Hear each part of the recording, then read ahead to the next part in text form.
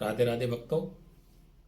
आइए आपको बताते हैं राजा खट्टवांग की कथा और बसंत पंचमी महापर्व का महत्व। सबसे पहले आपको बसंत पंचमी पर्व की हार्दिक शुभकामनाएं। बसंत पंचमी प्रत्येक वर्ष हर साल माघ मास शुक्ल पक्ष की पंचमी तिथि को ही संपन्न होती है और इस दिन बहुत सारे शुभ कार्य किए जाते हैं। पहला शुभ कार्य कि इस दिन जो शादी होती है उसमें किसी मुहूर्त का देखना जरूरी नहीं होता है। यह तिथि अपने आप में एक मुहूर्त है। ऐसा इसलिए कि भगवान शिव और माता पार्वती का जो तिलक उत्सव होता है, शादी के पूर्व की एक रस्म होती है, वो बसंत पंचमी के दिन ही संपन्न हुई थी। दूसरी बात कि माँ सरस्वती का प्राकट्य भी बसंत पंचमी के दिन ही हुआ है। और बसंत पंचमी का इतना महत्व है कि जब आप अपने बच्चों को अक्षर शिक्षा देना चाहते हैं, उसकी पढ़ाई शुरू करना चाहते हैं घर में ही, तब बसंत पंचमी का दिन सबसे शुभ होता है। आप अपने बच्चों को बसंत पंचमी के दिन से अक्षर बताना शुरू कीजिए। निश्चित ही सरस्वती की कृपा उस बच्चे पर होगी। बसंत पंचमी के दिन ही ऋषियों ने कामदेव को भगवान शिव के पास भेजा था। भगवान शिव योगिक ध्यान में थे और उनको जगाने के लिए ऋषियों ने कामदेव को भेजा था। वो दिन बसंत पंचमी का दिन ही था।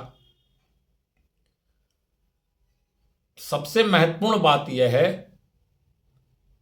कि इस दिन कामदेव की भी पूजा होती है, भगवान श्री हरि विष्णु की भी पूजा होती है, माता सरस्वती की भी पूजा होती है।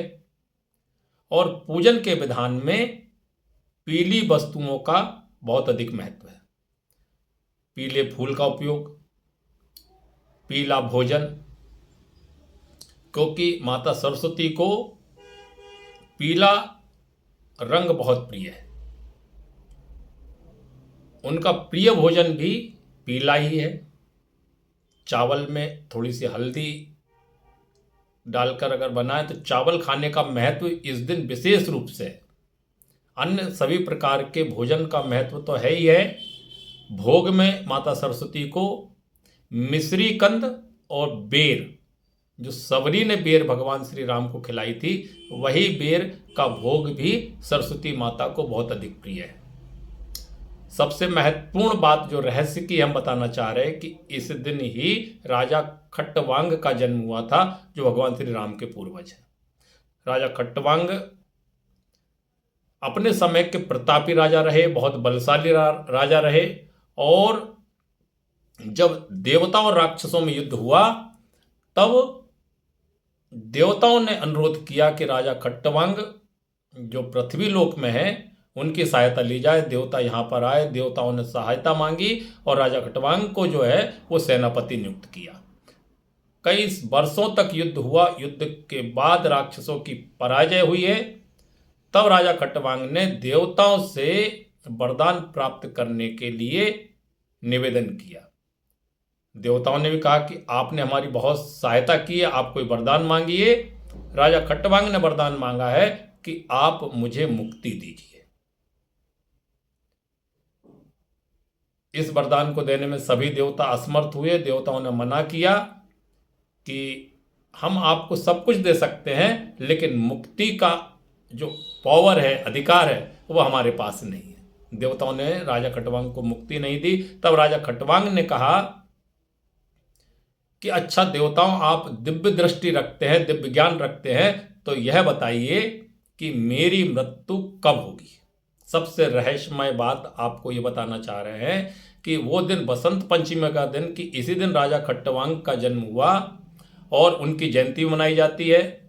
तब खट्टवांग ने देवताओं से कहा कि आप मुझे ये बताइए कि मेरी मुक्ति कब होगी, मेरी मृत्यु कब होगी, क्योंकि मुक्ति का वरदान तो आप देने में असमर्थ हैं, तो मुझे मेरी मृत्यु बता दीजिए। देवताओं ने उसी समय तत्क्षण अपने दिव्य ज्ञान से देखा और राजा खटवांग को बताया कि आपकी मृत्यु होने में केवल 24 मिनट बाकी है। राजा खटवांग को जानकर बड़ी प्रसन्नता हुई कि 24 मिनट मेरे पास जीवन के बचे हुए हैं। उन्होंने देवताओं से प्रार्थना की कि आप मुझे अविलंब इस स्थान से पृथ्वी पर छोड़कर आइए और भारतवर्ष में छोड़कर आइए जहां मेरा जन्म हुआ। उस स्थान से भारतवर्ष भूमि में आने में 12 मिनट लग गए। अब राजा खट्टवांग के पास केवल 12 मिनट बचे थे। उन 12 मिनट में राजा खट्टवांग ने भगवान श्री कृष्ण के चरणों का ध्यान लगाया और ध्यान करते हुए उनकी मृत्यु हो गई, शरीर छूट गया। शरीर छूट गया किंतु भगवान के श्री कृष्ण के चरणों में ध्यान लगा हुआ था, इसलिए उन्हें सालोक मुक्ति प्राप्त हुई, भगवान श्री कृष्ण की कृपा प्राप्त हुई और इस तरह उन्होंने कुछ ही क्षण में मुक्ति प्राप्त कर ली, जो बड़े बड़े योगियों और सिद्ध पुरुषों को भी प्राप्त नहीं होती है। तो भक्तों, एक बात और बताना चाहते हैं कि मुक्ति के प्राप्त करने के लिए पूरे जीवन की आवश्यकता नहीं है, बहुत अधिक समय की आवश्यकता नहीं है।